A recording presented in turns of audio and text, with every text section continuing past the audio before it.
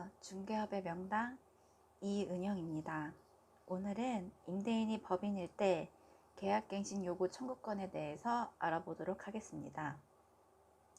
계약갱신 요구 청구권이란 임대인은 정당한 사유 없이 임차인이 6개월에서 2개월 사이에 통보한 계약 연장에 대해 거절할 수가 없습니다. 계약 연장 기간은 2년에 1회에 하나고 계약 연장 시 시장 상황을 고려해 서울, 부산 등 각 시도 조례에 정해진 것에 따라 5% 범위 내 꼭 5%는 아니고 금액을 증감할 수 있습니다. 5% 이상으로 계약할 경우 새로운 계약이 되어 계약갱신 청구권은 남아있게 됩니다. 정당한 사유 중 하나는 임대인이 본인이나 직계존비속, 실거주 목적, 우리 아들 신혼집으로 살 거야 하면 계약 연장을 거절할 수가 있습니다. 저는 친구에게 전화가 한 통이 왔었습니다.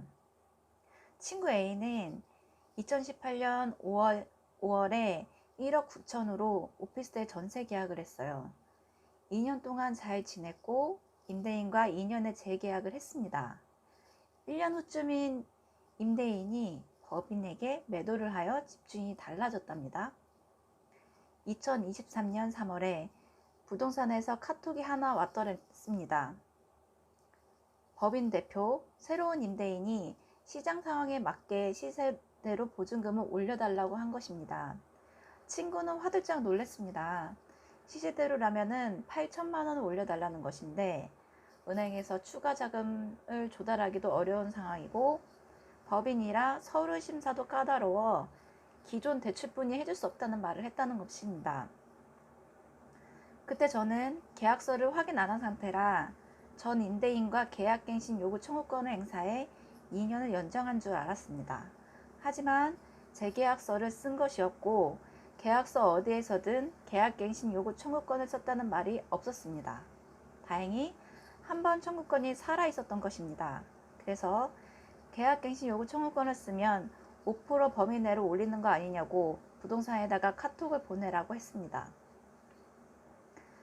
그리고는 며칠 연락이 없어서 그냥 넘어가는가 싶었던 그때에 법인 대표 새로운 임대인이 전화가 왔습니다. 법인 대표가 오피스텔을 사택으로 쓰고 싶다고 말을 한 것입니다. 다른 집도 사택으로 쓴다 해서 시세대로 올린 적이 있었다고, 결국은 다는 아니지만 시세 50%를 올리고 싶다고 하셨습니다. 저는 친구 A의 지인과 어떻게 해야 되는지 고민하기 시작했고, 친구 A의 지인은 임대인이 법인이라도 실거주를 해야 한다면 나가야 한다고 말을 했다고 합니다. 저는 교수님께 여쭤서 답을 주겠다고 말을 하고서는 말을 했습니다. 하지만 성격 급한 우리 친구 A는 법인 대표에게 다음과 같이 카톡을 먼저 보내버렸습니다. 안녕하세요. 515호 세입자입니다. 어제 전화 받고 나서 요청하신 사항을 최대한 맞춰드리기 위해서 은행에 알아봤는데 현재 소유자가 법인 회사여서 추가 자금 조달이 안 된다고 여러 군데 은행에서 통보를 받았습니다. 그리고 또한 은행에서 얘기하기로는 법인 회사여서 연장 심사도 까다롭게 진행될 것 같다고 추가 통보를 받았습니다. 제가 현재 최대한 끌어모아 줄 수 있는 금액은 2천만 원입니다. 그 이상은 저도 나가야 되는 상황입니다. 전세계약 갱신 청구권을 행사하고 싶었었는데 소유자님께서 오른 금액의 50%를 올려받지 않는다면 회사 사택으로 쓰겠다고 해서 원하시는 금액에 최대한 맞춰드리고 싶었었는데 쉽지 않은 상황입니다. 2천만 원을 올려드린 금액에 전세계약 갱신 청구권을 사용해서 재계약이 가능한지 답변 부탁드립니다. 저도 은행에서 자금을 조달하고 싶었으나 은행에서 안 된다고 하니 답답한 심정입니다. 제가 해드릴 수 있는 게 작은 금액이지만 원만하게 해결하고 싶어요. 생각해보시고 최대한 빠른 연락 부탁드립니다. 친구 A는 자기가 알아볼 대로 알아봤는데 사정을 봐달라는 말에 법인 대표, 새로운 임대인은 수락을 했답니다. 저는 다음날 교수님께 법인이 사택으로 쓰든 계약갱신 청구권은 불가하다는 답변을 들었어요. 법인은 실거주 자체가 불가능한 존재로 법인이 판단하는 듯한 말씀이었습니다. 필자는 저는 교수님께 질문을 했습니다. 만약 5% 이상으로 2천만 원 증액 시 새로운 계약이 되어 계약갱신 요구 청구권을 살릴 수 있냐고 물었습니다.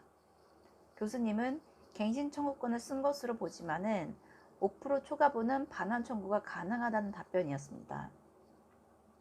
그래서 저는 친구 A에게 답변을 전했고 그냥 5%만 올려주라고 했습니다. 하지만 벌써 원만하게 2천만 원을 합의했으니 그냥 그대로 진행하고 싶다고 했습니다. 또 머리 아프게 말하기 싫다는 것이었습니다.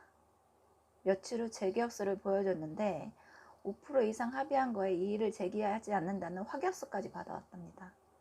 답답한 노릇이었지만은 부동산 공부가 절실하게 느껴지는 경험이었답니다. 계약갱신 거절 사유 중 임대인이 법인이면 법인 대표의 실거주 목적이든 직원 기숙사 사용이든 중대한 사유가 될 수가 없습니다. 즉, 갱신 요구를 거절할 수가 없는 것입니다. 임대차 3법이 시행되고 3년차인 지금 부동산도 아직 계약갱신 청구권에 대해 혼란이 많습니다. 아직 그런 판례가 많이 없고 법 조항의 해석에 갈리기 때문입니다. 많은 공부가 필요하고 노력해야겠습니다. 부족한 글 읽어주셔서 감사합니다.